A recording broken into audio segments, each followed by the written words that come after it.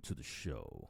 And we are going to talk about what appears to be the end of the old head generation as far as this current iteration of the NBA.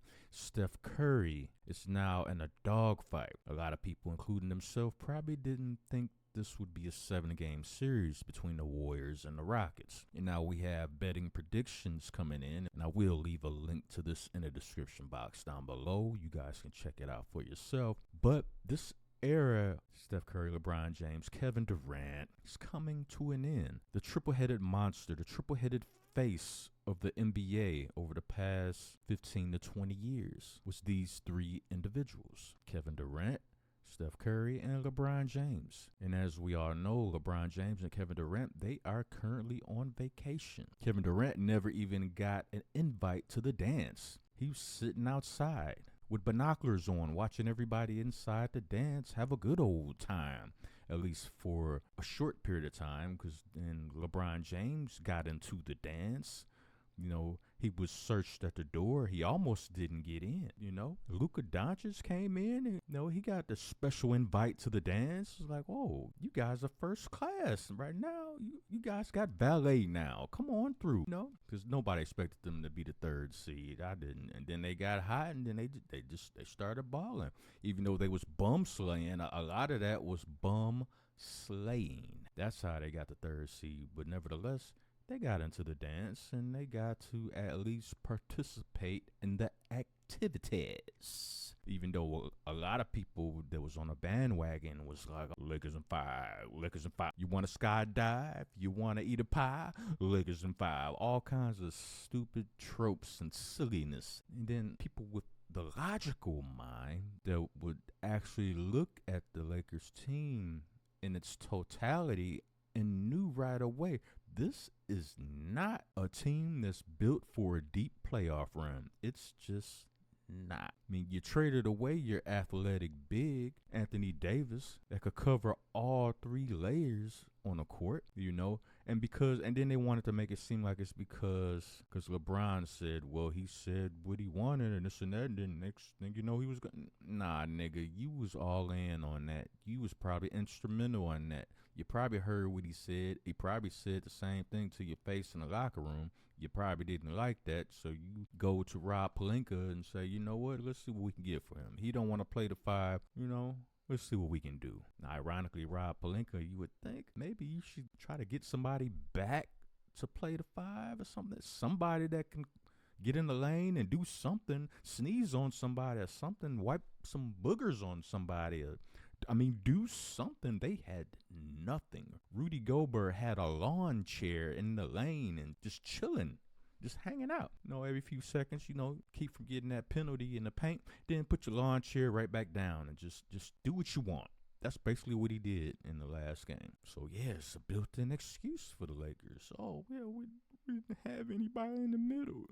We traded away our guy that we could have had in the middle because he said he didn't want to be in the middle. LeBron just don't have enough help. Oh, your son taking up a roster spot. That could be used for help. But no, he would rather have a dustpan a la Bronny James on the bench. Then we have Steph Curry, the Curster. Yeah, he is not exempt from this either because this era is coming to an end, and it's crash and burn. And Curry, I believe, is going to be, the Warriors was up 3-1. That was their chance to put the Rockets away. And I don't know if they thought the Houston Rockets was just going to lay down and be like, you know what, we give up. We don't, this is Steph Curry. We kind of scared of him. Let's just lay down. And, everybody wants the Warriors to move on anyway. And nobody's believing in us anyway. So let's just get this over with. But no, the Rockets actually came to play. And now the series is tied up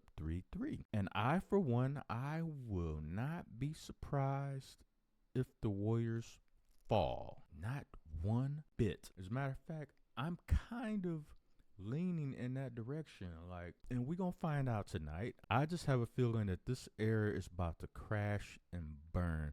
A lot of these guys are holding on. They're able to hold on a lot longer than they used to because the game is so soft right now. The NBA is very, very, very, very soft right now. Just soft. Just mushy and gushy, soft. These dudes, everything hurts their feelings. Everything is disrespect. It tends to play out on the court with some of these guys. LeBron James was shook when Kevin Gates was courtside. He played the whole game mad. After admitting earlier on in his career, he tried that with Miami, being the bad guy, being the villain, and he said it took away from his game and he couldn't really function like that. He didn't like being in that headspace. It wasn't good for his game. This is some of the stuff he was saying. So he was obviously mad by what Kevin Gates said, and then Kevin Gates showed up at the game. So he played that whole game mad. And by his own admission, that would mean you really didn't get the best out of yourself during that time. And then we got to get back to Steph Curry, because this is about Curry. Curry GOAT. And I don't mean that in the euphemism way that we've all have learned over the years, using the term GOAT. No, that form of the word, that's not what I'm referring to Curry as. I'm referring to the food, because I think Steph Curry is on the verge of getting cooked like Curry GOAT. He's about to get served up in those little styrofoam coverable trays that you get when you get Curry GOAT to go, whether it's jerk chicken or Curry GOAT. You get it to go, you put it on a little styrofoam tray thingy. That's what Steph Curry I think he's about to be served up on one, because Steve Kerr is, as far as his coaching ability, he's an okay coach. He's not a coach that scares anybody. He inherited a pretty good team from Mark Jackson. So it is not out of the realm of possibility that Steve Kerr can definitely be outcoached in Game 7, and arguably has been outcoached in the series so far anyway. So what stops the Houston Rockets from knocking off the Golden State Warriors? Absolutely nothing.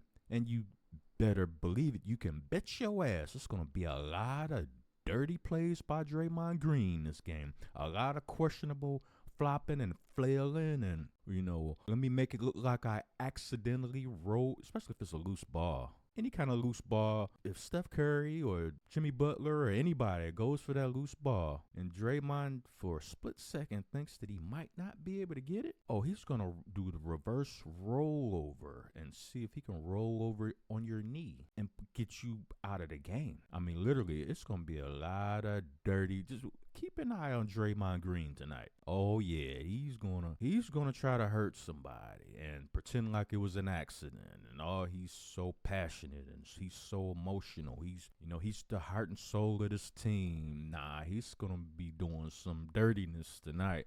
I'm willing to bet you. Let's read some of this right quick. The 7-seed Golden State Warriors travel to play the 2-seed Houston Rockets in Game 7 of the 2025 NBA playoffs on Sunday evening.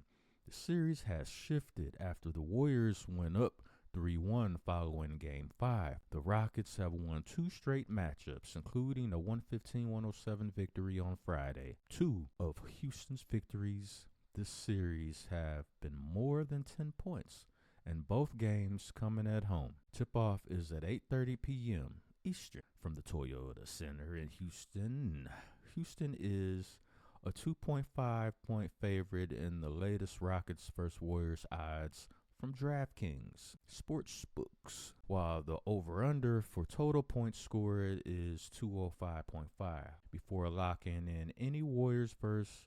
Rockets picks, make sure to check out, you know what I'm saying? So we gonna see who y'all betting on, who y'all trying to get y'all parlay on, huh? It probably won't be on these websites, nothing like that. Might be with some homies or whatever. But if I was gonna bet, I would put my money on the Rockets, because the Warriors have fumbled the bag, fumbled away the catbird seat, the perfect opportunity to just close out the series and move on. But no, they want to revert back in time, and again, for the second time, cough up a 3-1 lead in the playoffs. They did it in the finals against the Cleveland Cavaliers. Painted LeBron James as, oh my God, this monster that could not be stopped. And whether you want to attribute it to Draymond Green getting suspended for some questionable things that he gets away with a lot of the time, and in this situation he happened to not get away with it. I didn't want him to be suspended, even though he deserved it.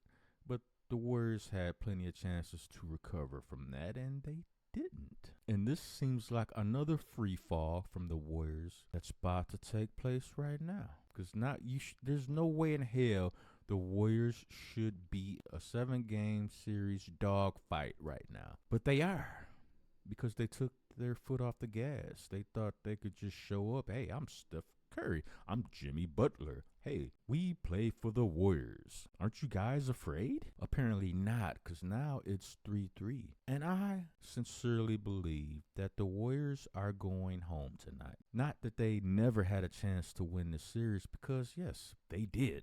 They absolutely did. But in the playoffs, when you take your feet off the gas and then another team gets hot, all of a sudden they have confidence. They believe they can beat you. Not only beat you, now they believe they can send y'all asses home. And that's what's going on right now. The Houston Rockets ain't there to play. They not here to make friends. And Dylan Brooks is just as much of a borderline dirty player, villain, as Draymond Green. They have the equalizer. They got the light-skinned Draymond Green. So, I say all that to say this. In my humble opinion, whether I was going to bet or not, I would say that the Houston Rockets will close out this series tonight. And a lot of it is the fault of the Golden State Warriors having a chance. Steph Curry having a chance to close out the Houston Rockets. And he fumbled a few times. It's caught up to Kevin Durant. And every once in a while, every now and then, these guys can come out and drop 35, 38 on you, 40 on you. And then the games after that, 5-6 games after that, they'll be pedestrian at best. Nothing to write home about, nothing to even remember. And that's Steph Curry's problem. Yeah, he can go off in this game and the Warriors can still lose. People want to talk about playoff Jimmy. Oh my God, playoff Jimmy is this, playoff Jimmy is that. Well, where has playoff Jimmy been the last couple games? Because it has not been enough. But then again, Steph Curry's the leader of this team. It's Steph's team. So ultimately, it falls on him. If the Lakers going down falls on LeBron, if the Phoenix Suns not even making the playoffs falls on KD, then you know what? Steph getting knocked out of the playoffs tonight should fall on him. Steph, it will be your fault. Nigga, you better go out there and drop 60 if you got to. Because if you don't have the ability to do that, if you're not in that mind state, come tonight, when it's all said and done, the Rockets will be kicking y'all in your nuts repeatedly, figuratively, or might be for real. Because like I said, the Rockets got the light-skinned Draymond Green on their team. So either way it goes, I'm picking the Rockets to win tonight. Not because I reside in Texas, but because Steph Curry fumbled the bag. He had a chance to close it out, and he didn't. And it's about time that Steph start catching some of these strays too. He skated a whole lot of underperforming, and everybody else, it's always somebody else's fault, but it's never Steph's fault. Now, if we take that approach and attitude with LeBron James, Steph Curry need to get some of this too, because it's not always everybody else's fault. Steph, when you going to step up and do something? When you going to carry your team to a series victory when it counts? Instead of, okay, maybe we should start looking at Jimmy Butler. Maybe it's somebody else's fault. Nah, if the Warriors lose tonight, it's Steph Curry's fault. And that's why I say it's the end of an era, because I don't think he can do it the way he used to anymore. Because he's getting older also. He's not the same Steph Curry from 10 years ago. No, he is. A lot of miles on those knees. Those paper-thin ankles that used to get sprung all the time. Every time you turn around, Steph Curry has another ankle sprain. There's a lot of miles on those ankles. And I predict that Steph Curry's time has come to an end as far as dominating the NBA like he used to. It's not the same stuff that we've grown to know over the years. And his time is ending too, just like LeBron and just like KD. So that's my prediction for tonight. Rockets in 7. Hit the like button. Share this video. This is Shy Outta Town Sports. I'm out.